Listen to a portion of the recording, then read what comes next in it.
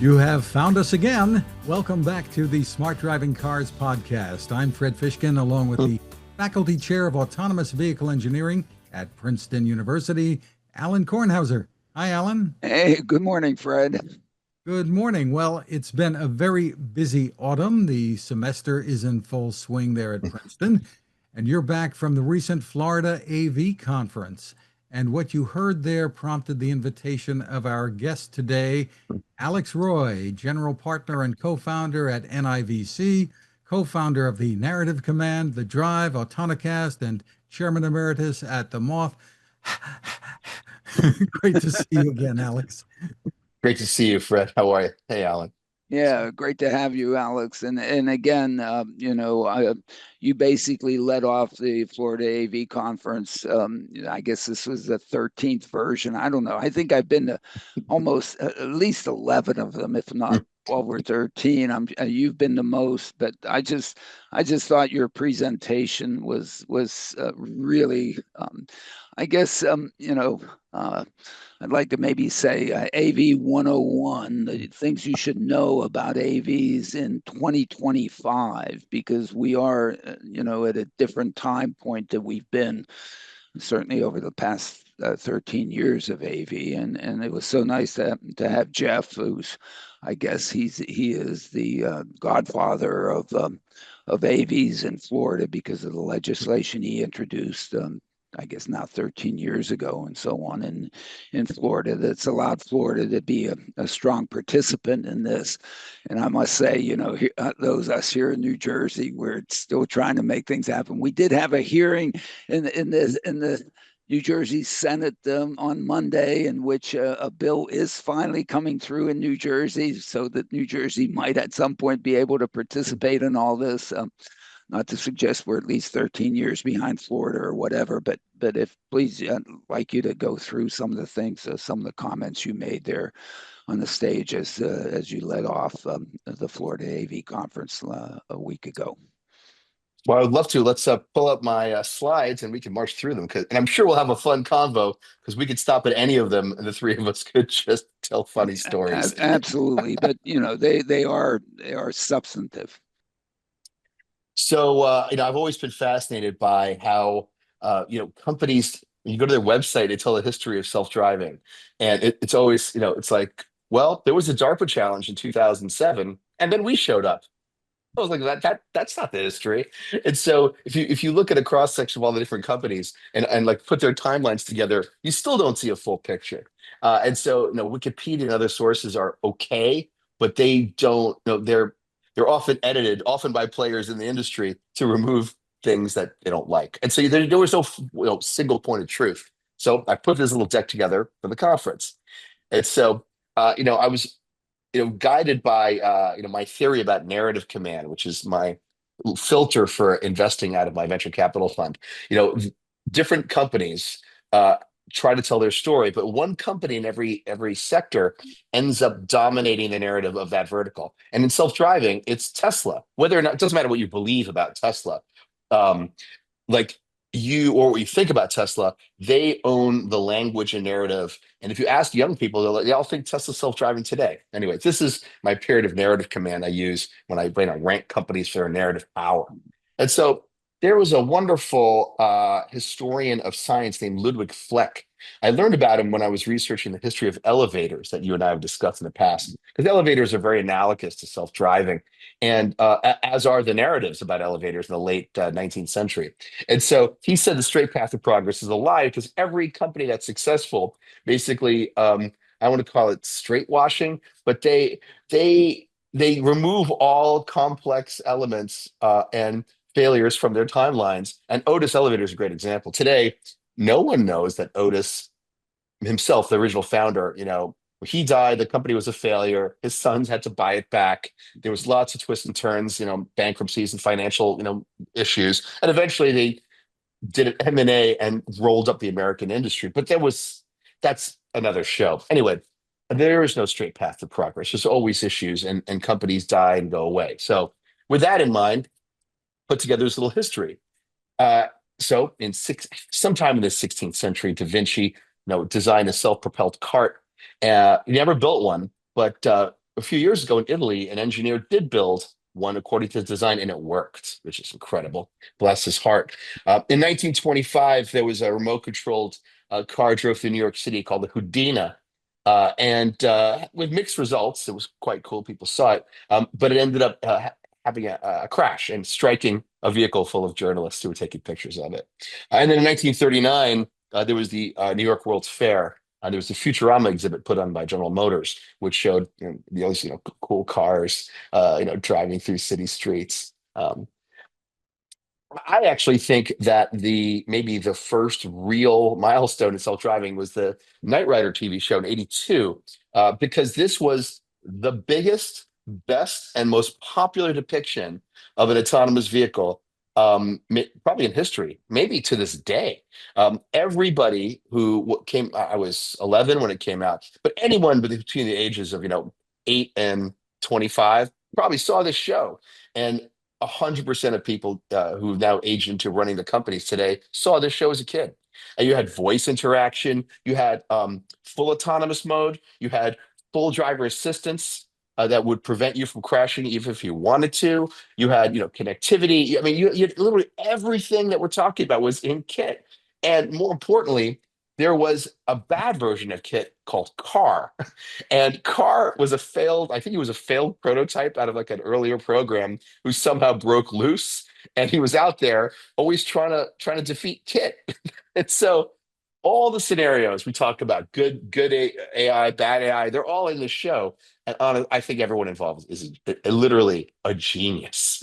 So, um, but then you get into like an academic who and an engineer who is completely unappreciated today. This is Ernst Dickmans. He back in '86, I was working with Mercedes and built several autonomous vehicles that drove on the Autobahn and through cities. Wait, Alan, do you know Dickmans? I had heard of Dickman, yes, and in fact, out here at Sarnoff Labs, which aren't too far away from here, maybe mile and a half, they actually had a test track in the '50s, but that was sniffing a wire in terms of doing the lateral control piece of this thing, and I think there are still remnants of the darn thing out there at Sarnoff Labs, and yeah, there are these guys out there that really did this, but and they deserve an enormous amount of credit because of the vision that they had at that time. Yeah, I mean, this guy, I mean, why he isn't like on the speaking circuit getting Yeah. paid a fortune, I don't know. Like, it's just, maybe he's too modest. I don't know. Guy's a genius, and everybody I know on the industry side, Brian Selesky was the one who turned me on to him. Brian was the CEO of Argo AI and runs Stack AV today. He's like, yeah, Dickmans is the guy. Moving on, the second most important depiction of autonomous vehicles in pop culture history, Total Recall. This is the Johnny Cab. This is a kind of an interesting iteration because it's a robotaxi, but the driving seat is occupied by an upper torso and head of a of a driver that is already built into the car. So this is completely unnecessary. But I guess in the theory behind this is that you need a human similar physical avatar in the seat for I guess passengers who feel more comfortable with a humanoid in the seat, even though the humanoid itself, the torso, is not physically doing the driving. The AI is, so it's just like the facsimile of a human there, and not even a good one. But the other part is this wonderful depiction is that the Johnny Cab, it's really annoying, and it's really really annoying, and its voice interface will like talk back and like disagree. And so it's actually an example of two major design errors in the Johnny Cab product. Is you don't need to take up the space with a humanoid torso, and you really want to limit its ability to interact with the driver with the passenger through a voice interface. And in this case, Schwarzenegger had no way to turn it off other than to rip the humanoid torso out of its driving seat. Wonderful, wonderful, wonderful movie. A Well, little if I can jump in, yesterday in my class, I had Chen Yi Chen, who was one of my former students, who is, I don't know, the lead designer, close to the lead designer with Xpeng, who last week announced their whatever version 2 of the humanoids. And of course, what I'm trying to do is to get from Chen Yi, one of these guys, to actually put in the driver's seat. But of course, not to drive, but to be the chauffeur. And of course, provide chauffeur functions. And so, what kind of chauffeur functions you need to? How about opening the door for me? How about lending a hand to help me in and out? And in some sense, the driverless cars, as long as we have good legs and as long as we're really mobile, is just fine. And we really don't want anybody else. Just like we get in and out of elevators very easily by ourselves. But for older people, for let's say the folks that have had their keys taken away from them and Mhm. really need this high quality mobility. Wouldn't it be nice if we had, one of these humanoids who was then trained to basically assist them in and out of the vehicle, assist them up the steps, and then of course, if you get pulled over by the cops, I guess the thing is able to do with the large language models and all that stuff, at least talk their way out of the situation. I don't know. Talk to me here, Alex. Is it a realistic concept or is it just crazy? Well, okay, so I have long said that many of the so right now, if you get in a regular taxi, cab in New York, or an Uber, Yeah, there's a continuum of experiences regarding what the human driver does for you. So right, in a yellow cab in New York City, there's no that guy's never getting out of his seat. He's never going to help you ever. right, Maybe if you're right, going to right, the right, airport, right, he right. might, but it's based on their mood. With Yeah, Uber and the rating system, that encourages the drivers to be much more helpful and right, interactive with the passengers, which is right. great. Although there's no, I think it's pretty, I mean, rare for older people to get groceries in an Uber and then expect the driver to help them. And also, you would need really help from like door front of the supermarket to the vehicle, which I've never seen that occur in an Uber. But there's certainly a higher level of customer experience expected from an Uber driver in certain scenarios. Now, when I was at Argo, and we talked about two things a lot, which was the fear of job loss to autonomous vehicles, robotaxis, as well as how to maximize the customer experience. And I thought, 5, 6 years ago, I said, look, it's very obvious to me that if you have an autonomous vehicle, a robotaxi, well, I don't want to call it robotaxi, an autonomous vehicle, whether it's in a taxi a capacity or interacting or replacing known forms of transit, that you have an opportunity to create experiences for users that are incredible. And a great example of this would be there's a company called Get Papa out of Miami, and it is basically Uber for help for older people. Like, Yeah, oh, I need someone to help with my bags, but it's not related to cars. It's like, I need an assistant for the day. I need someone for 3 hours. I need anything because I can't do it. This app platform enables that. So I was thinking about my mother at the time, who was not unable to take care of herself. I thought, wow, if I could get an AV, and I had Get Papa as an option, and the Get Papa app and the like Waymo app were merged, or the Argo app were merged. I could summon an AV. The AV would go somewhere, get the assistant, come to my mother, help her for the day, and then the AV would take the assistant back to wherever the assistant came from. AV goes back to depot. And so that unlocks incredible opportunities to help people that have no option today. It would be wildly expensive to hire an assistant by the hour and then coordinate an AV and all the pickup and drop stuff. So there is absolutely merit to the notion that in an AV doesn't necessarily have to do away with a human or a humanoid to accomplish tasks to create products that don't exist right now. So I first saw the humanoid potential for humanoid application of robotaxi. I think 7 or 8 years ago. I was at a conference. I forget what city it was. It was in Tel Aviv, where a startup had just built a humanoid that only could drive. It was just sat in the seat. It could stand up and kind of do some basic stuff, but it sat in the seat and just did driving. And I asked the guy, what else can it do? He's like, well, it could get out and help open a door. I don't know what happened to that company.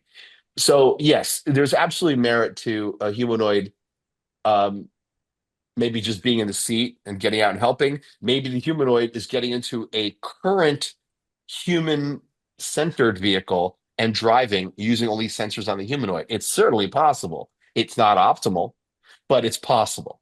And then it could perform the task of helping with doors and packages. Now, whether there is a business case, like a financial model where that makes sense, I don't know. And as humanoids become cheaper, yeah, sure. But the question is going to become who resolves the driving task? The humanoid in any vehicle? The humanoid deferring to a vehicle that just does the driving?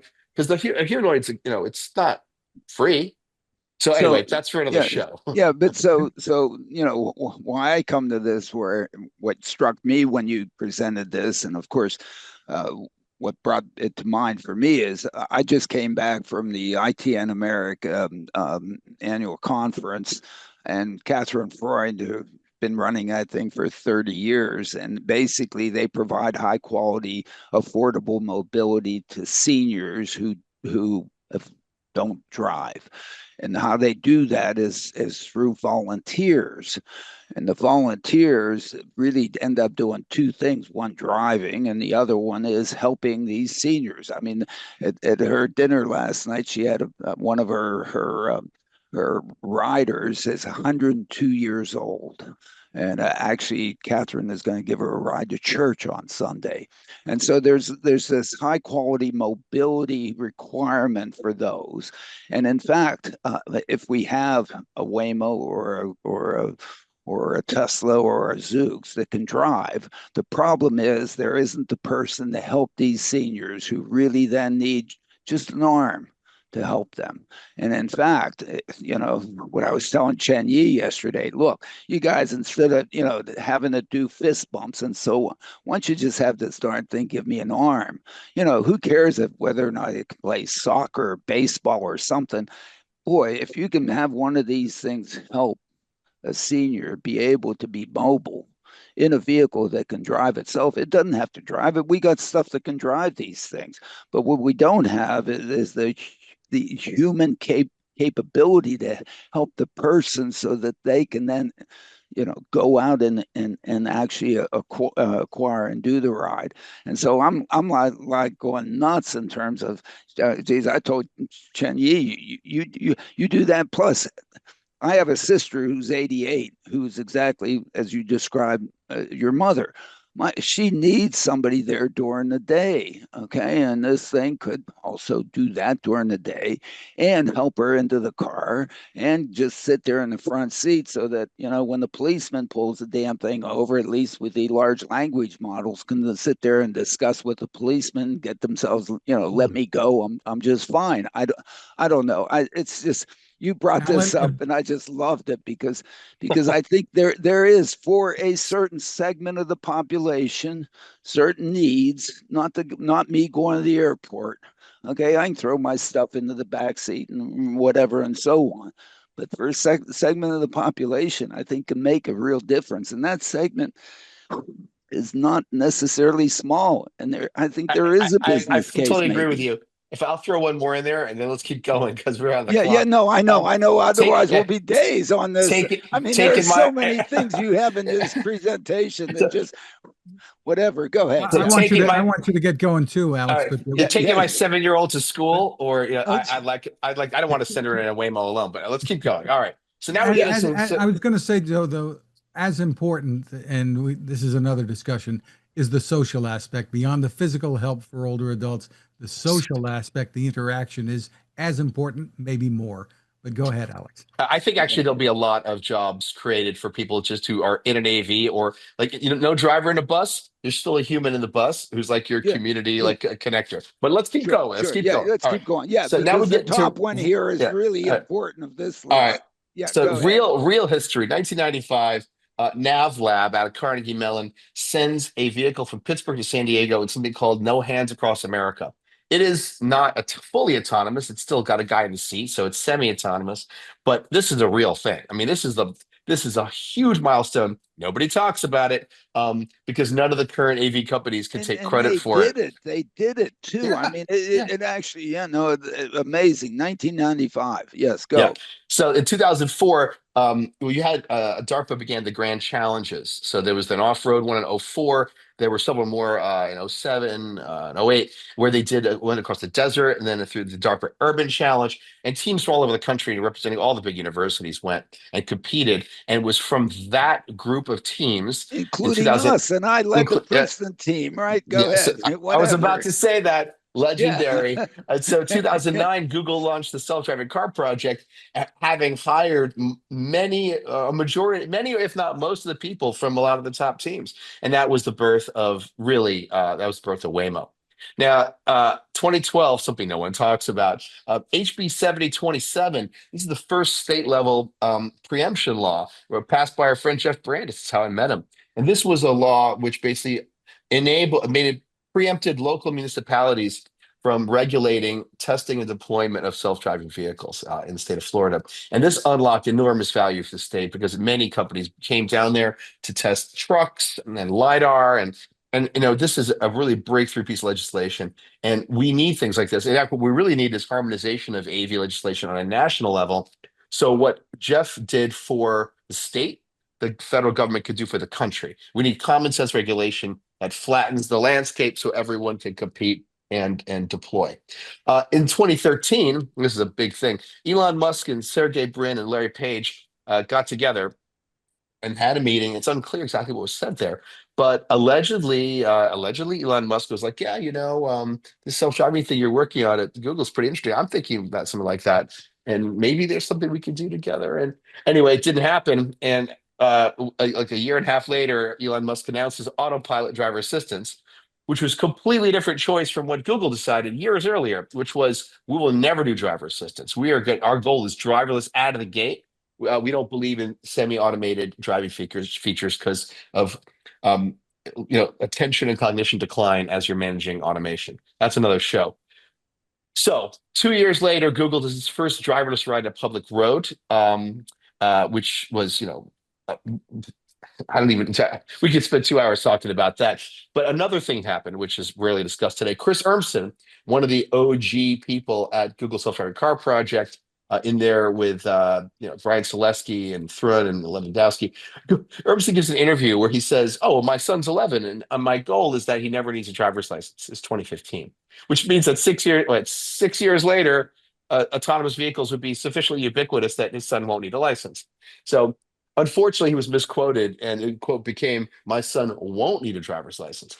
But whether it's the fault of his communications people or Urmson misspoke, this was a catastrophically bad thing to say, and it set for literally the world expectations on AVs, which even today, 10 years later, have not been manifested, except in certain cities, and successfully in certain cities, but not at the scale sufficient for any parent to say, "My child won't need a driver's license." And this mismatch of expectations set by Urmson's quote and hundreds of billions invested in the sector in many companies which would never execute this is a catastrophe, a financial catastrophe, and a cultural catastrophe because of all the misalignments of money and time and safety that have occurred since. Also in 2015, Uber, aware of what Tesla and Google are doing, they decided they'll launch their own self-driving project called the Advanced Technologies Group. And they raided Carnegie Mellon and hired a lot of people at the very top, including a lot of professors, which basically gutted not just engineering talent, but I believe some moral talent. Alan, you've often been a moral light in discussions of these things, and there's not a lot of moral talent in the senior leadership of the companies of the late 20 teens. So, and then of course, a bald guy named Alex Roy went across country 2015 in a Tesla. This is the first Tesla autopilot cannonball, which is not, well, it's significant in my mind. But what's really interesting is that even though it's just semi-automated drive, in the spirit of a NavLab drive from 20 years earlier, it was taken to be like a milestone by some people in self-driving, which it wasn't. Again, a mismatch of reality and actual, technology. But it was a little bit of a milestone because you were basically using off the shelf technology to do what you Yes. did. Whereas, hey, not to take anything away from Mhm. what was done earlier, that was a one-off for which, people were soldering and whatever, and whatever, and that's a whole that's Yeah. bringing it to a different Okay. light, isn't it? I mean, Yeah, I mean that was useful. I mean, yes, I mean that was certainly a lesson. I mean, I've done. Actually, we shouldn't jump the gun here. yeah, yeah, yeah, It was very educational for me because it actually made me optimistic about it. Prior to that, I'm like, this can never work. I'm like, then yeah, after that, I'm right. like, this will work someday. So 2016, Joshua Brown, a veteran in Florida, had a Tesla, and he was on autopilot, allegedly watching a movie and wasn't paying attention. And the vehicle went underneath a white box truck, and he was decapitated. This is a big thing, and even largely forgotten today. But this It should not be forgotten because it was never, a monumental one. yes. Okay. And many people thought it was self-driving. This proved that it wasn't. Many people thought that Tesla's approach to self-driving was wrong, which certainly not optimal then. It's gotten better today, but they've taken some risks in the design. And so this is something that's long forgotten and buried. But it's not the only disaster that occurred. Because GM invested in Cruise. GM wanted to get in on self-driving, and for $1 billion bought Cruise Automation, which was a company in San Francisco that was attaching sensor hardware to Audi A4s. I was on the waiting list for this product. And GM was like, well, they bought them and said, well, let's just make that a self-driving car division. And then soon after that, Google rebranded the self-driving car project and called it Waymo. In 2017, I think it's a fun milestone. Uh, the first transportation focused technology venture capital firm was founded, and it's founded by Riley Brennan, who's now become a friend to all of us. And it's really important, not just because of the fund, but because his newsletter to this day is one of the most important on earth. If you're in this sector, you have to read it. I read 3 or 4. His, yours, I read 2. So, in 2018, second really big public disaster. Elaine Hertzberg was a homeless woman in Tempe, Arizona, and she was hit and killed by an Uber ATG a test vehicle. And we can spend a whole hour talking about it. This was the first time, well, not the first time. This was a major milestone because in this scenario, everything that could have gone wrong did, but it wasn't a technical problem. This was an organizational cultural problem at Uber ATG. It was the result of a cascading series of potentially okay but suboptimal decisions, which compounded over time to lead to this tragedy. And I don't really think the full book's been written about this yet. And that led to the shutdown of the ATG unit and its acquisition by Aurora, which Chris Urmson was running at the time and is today an AV trucking company. In 2020, big thing, Waymo launches its robotaxi service, which is today the only driverless robotaxi outside of China that you can get in and ride around. And it's a stellar product. I ride it almost every week in Scottsdale where I live. Now in 2023, an unnamed person in San Francisco was struck by a human-driven vehicle, which fled the scene, and then struck a second time by a Cruise, driverless vehicle, and then which dragged them. And then Cruz was not fully transparent with the city and government officials looking into the matter. This led to the shutdown of Cruz and the loss of tens of billions of dollars. Again, another example of a cascading series of internal decisions, combined with potentially some technology issues. It's unclear if they were really the details here, but and that company just evaporated. And then we have today. The technology issue that I put on that is that they didn't have a camera in the front bumper, that nobody ever thought that you would start from stop with a Yeah. body in front of your car, and none of these sensors really could see what's right in front of the bumper. I ran over my dog once in my Oh, it's horrible. driveway, and I heard a noise under my car, and I thought I had dropped my transmission. I opened up door and looked underneath, and it was my dog. I never I never looked in the front to see if my dog was lying in there. A woman 2 miles from here killed a workman in her driveway. Why? Because she put the car in reverse, thinking it was going to be going forward. He was back there. She crushed him against the garage door. And darn it, if the system isn't there sensing the object, for which whatever camera she had in her car didn't have the automatic, hey, there's somebody there, hit don't go into reverse, or don't do that. Or in the cruise case, I don't think the system knew But she was but you, there. but again, that's not a I technology mean, problem because a person at Cruise said we don't need a camera there. And well, recently, like yeah, recently at no, Tesla, they began putting cameras in the front low to prevent that. A absolutely, person made that absolutely. decision. So And I certainly hope Waymo has. I'm afraid to ask them. They must. I don't know what they're. I would hope they I did that the next day on October well, 3rd, 2023. They I did know that. Waymo has sensors in front. I just don't know which one it is. I'll look Well, tonight when I yeah, get yeah. back to Look the house. tonight. I mean, I don't care So, whether LiDAR, SMIDAR, or WIDAR. I mean,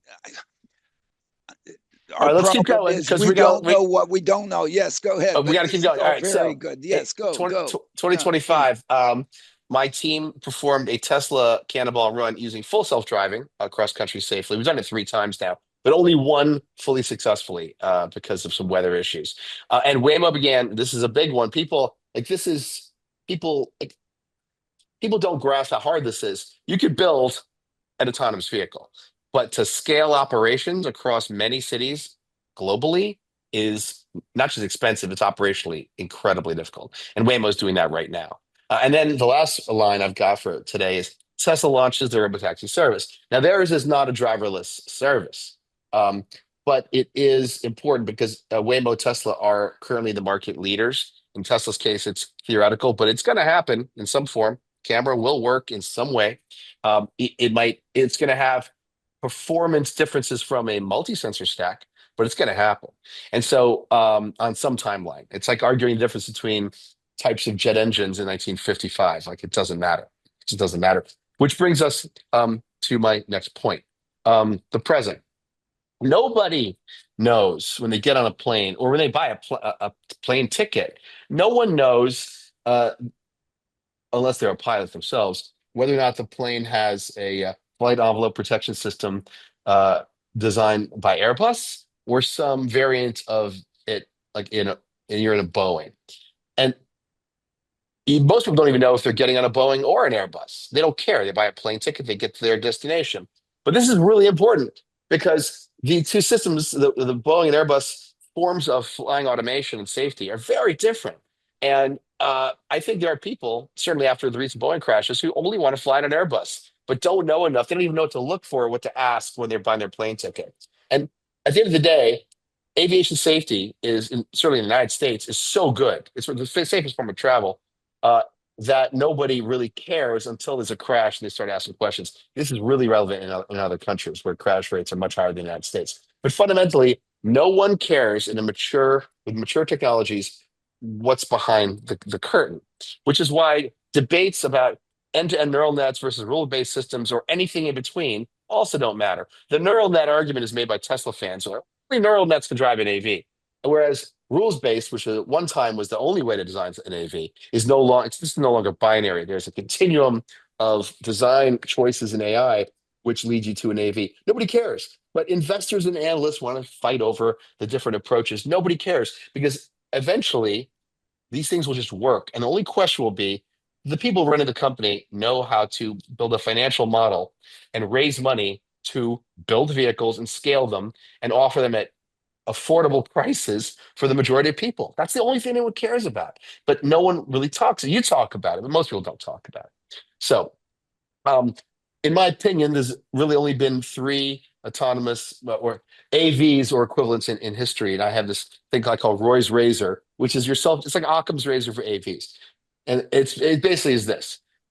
Can the user fall asleep in the back seat of the vehicle while it's functioning? Yes or no? Yes or no?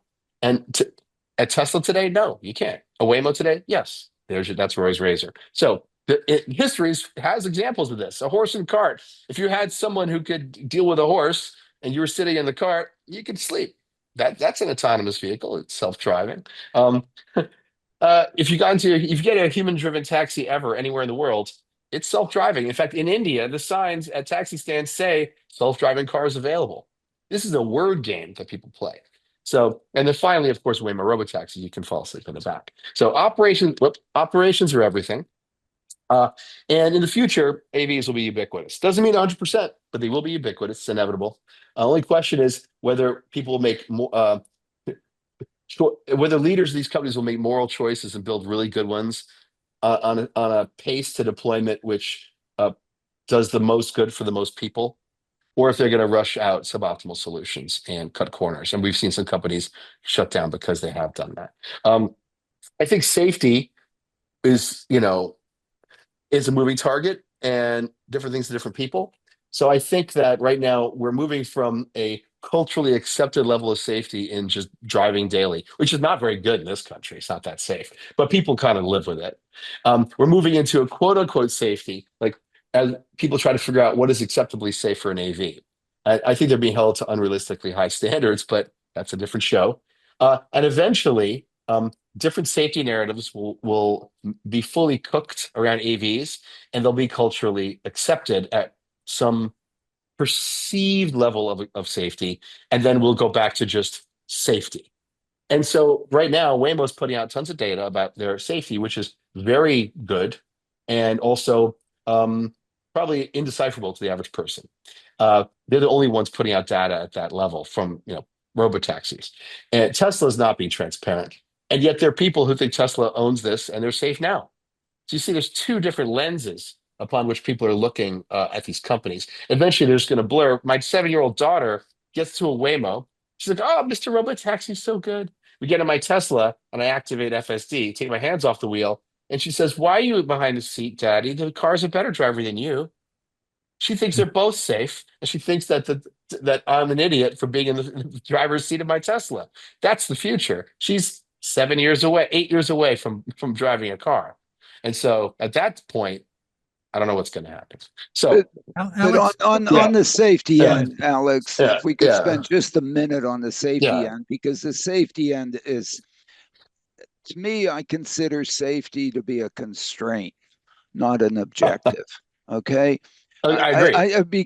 Because if we are really trying to solve the safety problem, then there are ways to solve the safety problem. You just put speed limiters, you put whatever, breathalyzers and all that stuff in cars. And so that, but in terms of the perception, it has to be safe. And I must admit, at the New Jersey Senate hearings, state Senate hearings on Monday, Waymo did make a presentation. Matt Walsh made it. He made a beautiful presentation, basically just, I mean, nailing, we're safe. Okay. He sort of suggested that their objective is to, reduce lives, and that be the objective of the technology. But it's really the first time that I think I've heard Waymo make a real public statement saying we're safe, but we're doing this maybe for a lot of other reasons because people need mobility. I mean, Yeah. your daughter is not taking this because it's safe. She wants to get someplace. She'd like to get there. Maybe she loves getting there with you, but she really wants to get someplace and sees that the hurdle for it to be safe enough in her mind is, hey, this is fine.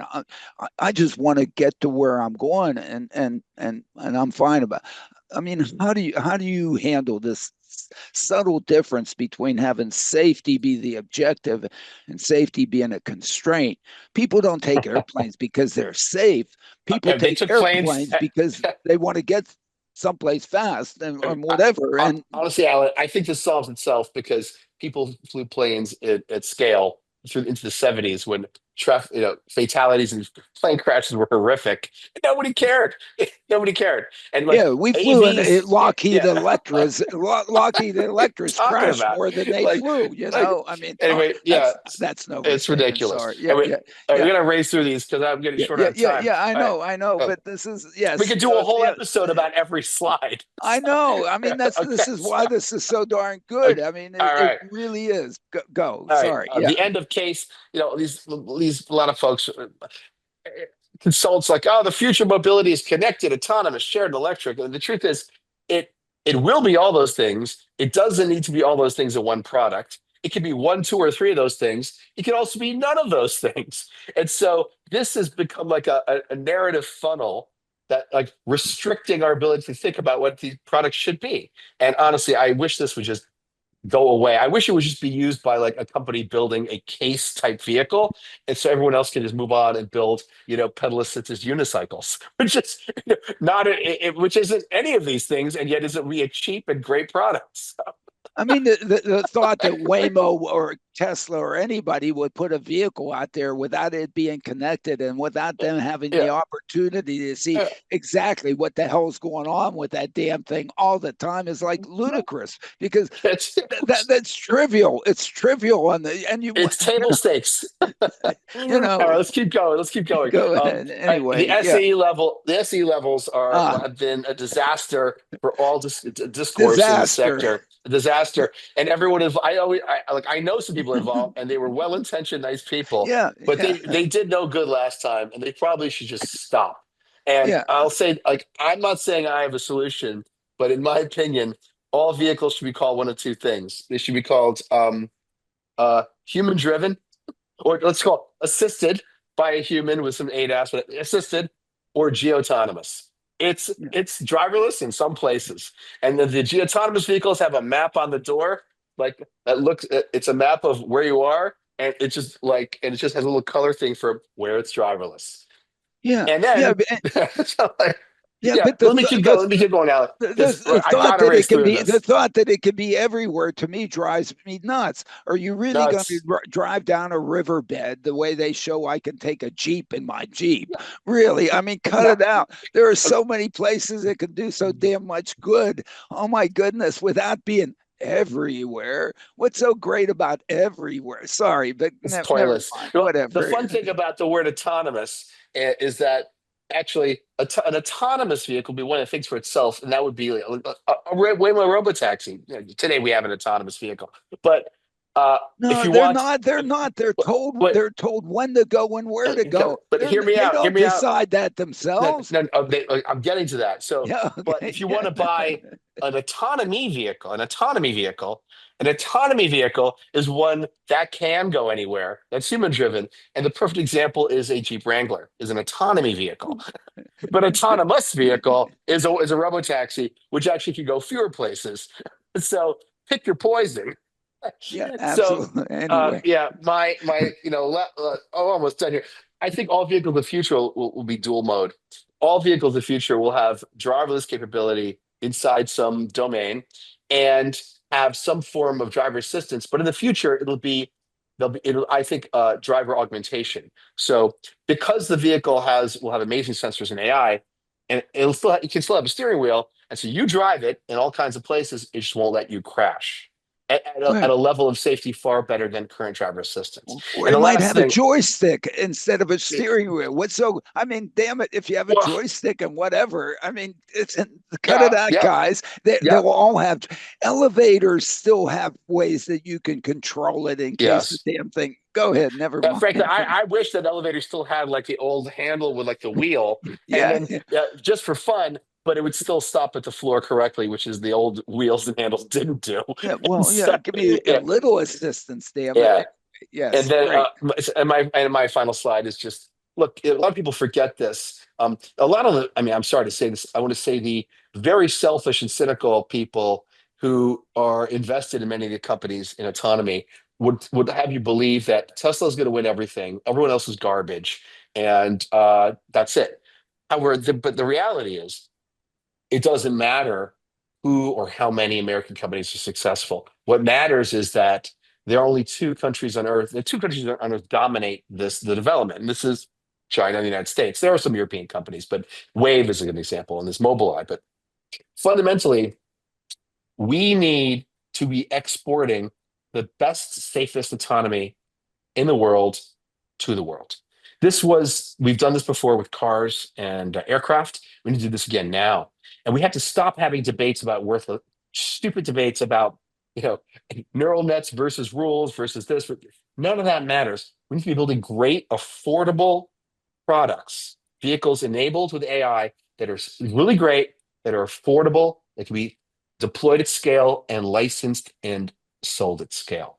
Because without that, the United States just it's not gonna be good for us. So yeah, because in the end, they're mobility vehicles, and we need mobility to basically improve our quality of life. And the way that the many people are going to get that is through the affordability aspect, because the reason their lives are not as good as they are is because they can't get to places affordably. And at least that's my current pitch. And for those that have plenty of money and don't care about the affordability, have a ball too. No problem. What's so insane, I grew up in New York. I never considered myself, I was never like a political person. I would never get engaged in political debate. But like a fundamental aspect of capitalism is that it's really expensive to invent something the first time, but the more of them you make, the cheaper they get, and then everybody has one. And so TVs, that's cars, that's scale. that's scale. That's scale. Okay. Yeah, and so because it became cheap enough. And let me also add that, when Uber ETG shuts down and cruise automation shuts down, these are, disappointments. However, it doesn't mean the money was wasted, because everyone who's there, their lives will be defined by what they learned there, good or bad, and they will take those lessons to the next place they go. So capital, and I look through the lens as a venture capitalist today, capital allocation, it matters. You want to bet on the winners. But in the long term, everyone wins, because money was invested in a noble idea that can be manifested in the physical world. Look, I also say that you might learn more when you fail than when you succeed. Okay? Always. Always. And so, Princeton rejected me. Thanks, Alan. Princeton rejected me. And now here I am. And no. Well, no. I mean, look, hey, I failed. Hey, I wrote my first Trenton transit study to bring automation to improve mobility in Trenton. It's dated March 1975. So I have had more than 50 years of failure in bringing any automation to improve mobility in Mercer County, Trenton, New Jersey. So, I mean, and I'm finally decided, damn it, I want to fail at least one more time, damn it. Well, Alex, I know you got to run soon. So. Yeah, I do have to run. Oh, wait, Alex, I say one more thing. You can't, on my American autonomy slide, on the bottom right corner was a tiny little white box. Let me bring it back again so you can see it. And here it is. You see on the bottom right the little white box? Yeah. All right. Do you know what that is? What? That's the symbol of Colossus, the AI for the movie Colossus, the Foreman Project. And I left it there as a little nugget for anyone who recognizes it. And we should do a whole show about that another time. All right, friends. Alex, thank you so much. Sorry to keep you and whatever. It's always fun. Enjoy, and let's keep it all going, huh? Hey, we are done with this stuff. We'll have more wonderful times. Anyway, thank you. Great. Thank you. Love you. Bye. Love you too. Well, a couple of other headlines from the Smart Driving Cars newsletter, Alan. Elon Musk is saying Tesla owners could be paid to make their vehicles available to create an enormous shared AI inference capacity. Adam Jonas was quoted in Seeking Alpha on this. I mean, I think that's just very interesting, especially, the concept that he might pay $100 to $200 to you to basically use your NVIDIA chipset that happens to be in your car as a compute engine for the time you're not using it. And oh my goodness, now, of course, who pays for the electricity that needs to be used while he's sitting there doing computations on it? So there's an expense side, and maybe there's somebody has to cough up the electricity, but the prices and Jesus, as I've suggested, hey, if he lets me use FSD and I let him use my compute when I'm not using it, it might be a pretty fair trade. We have to discuss, the electricity that is consumed while my car's just sitting there running his compute cycles. But my goodness, might have a deal. And so on. So, very, I mean, that's just a whole new twist on this thing. Now, I happen to think that the price of FSD is a pretty good price if, in fact, you're using it to give rides. Um, but this makes it even more interesting. Whatever, another twist. I didn't anticipate that one. Well, Musk has also made some comments that came from the shareholders meeting in which he said that Tesla drivers within the next month or two, perhaps, will be able to text and drive while using FSD. And I'm not sure how we're going to feel about that. Um, I don't know how we're. I don't know. I don't think it meets Alex's test of being able to get in the back seat. No, it doesn't meet Alex's test to be able to get in the back seat, and um, what I would like it to do is for Tesla and NHTSA to have an agreement that one, me sitting there looking out, having the eye tracker with my eyes looking out on the road ahead is the safety condition that's important. I mean, I actually think it's not, because the to me, in evaluating FSD, the user interface that he has on the screen that shows me what the car's intentions are over the next 3 seconds, 4 seconds, and what the car thinks it sees are way or as important as me looking out the front end at the road ahead. I think I should be looking at the road ahead, checking that out. Do the two of them make sense? And where it's intending to go in the next 3 to 4 seconds, is that pretty much given my gaze out the front, where I would want the car to go? And as long as those things are copacetic together, then I'm good. So therefore, my gaze should be going front. Now, somebody might say he should do projection on the screen. Da da d. I mean, I just hate that stuff. But whatever, because I don't want me focusing on what's on the windshield is not really seeing what's on the road ahead, or at least maybe that's just my visual perception. But the looking down to see what it is that the vehicle is seeing and what its intentions are over the next X seconds are really important. And I only get that by looking at the screen and deciding whether it's not. So if all of a sudden the thing goes nuts, which is the real thing we're afraid of, we don't know when this thing's going to go nuts. Okay. I mean, that's the hallucination part of the whole AI black box structure is the real unknown, and using that kind of structure to generate the controls here. And so, but it gives you a hint, a very strong hint, as what it intends to do. So all of a sudden, if the road is curving left ahead and you want to be going left, you look at this thing and it intends to go turn right. then grab the wheel, then hit the brakes. Okay.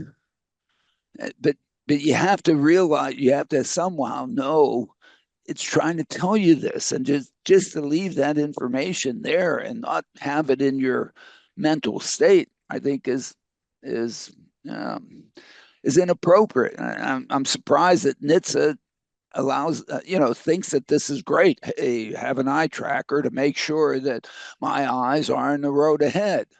No, road ahead, what it intends to do, what it sees, does it match? And have this go on as the interface between these two things. Interesting. Alan, before we wrap, any other headlines or updates to share? Well, no, except to repeat, we're going to do another one of these podcasts with Catherine Freund of ITN America. I mean, what they do in terms of providing high quality, affordable mobility to seniors is just marvelous, and they've been doing it for 30 years, and the information they have as to why people do get the rides, what benefits they get from it, and so on. Just it's just fundamentally valuable, and I think really important, and I think is important to the whole so-called robotaxi. If we're out there giving rides, to me, I think the value of those rides are because they're going to be high quality and affordable. And if they're high quality and affordable, then of course you get on the more on the demand curve, such that your demand goes like this, and of course then through scale the costs should even go further down. And of course then this is a really good dynamic in terms of what all this is about, is to provide mobility. It's not about the technology. Nobody cares about really, they don't. It's just, for the one selfie look, mine, whatever, but I don't think anybody cares. I agree with Alex on that. Right. And you can find more on the great work Catherine is doing at itnamerica.org. Hey, we want to thank Alex Roy for spending time with us and sharing that terrific presentation. You can find us at smartdrivingcar.com, and my tech reports are at textination.com. Thank you for watching or listening. Please stay safe. I'd like to also piggyback on Alex. Alex has been around for a while on all this, and has spent significant efforts, and welcome to him. Thank you.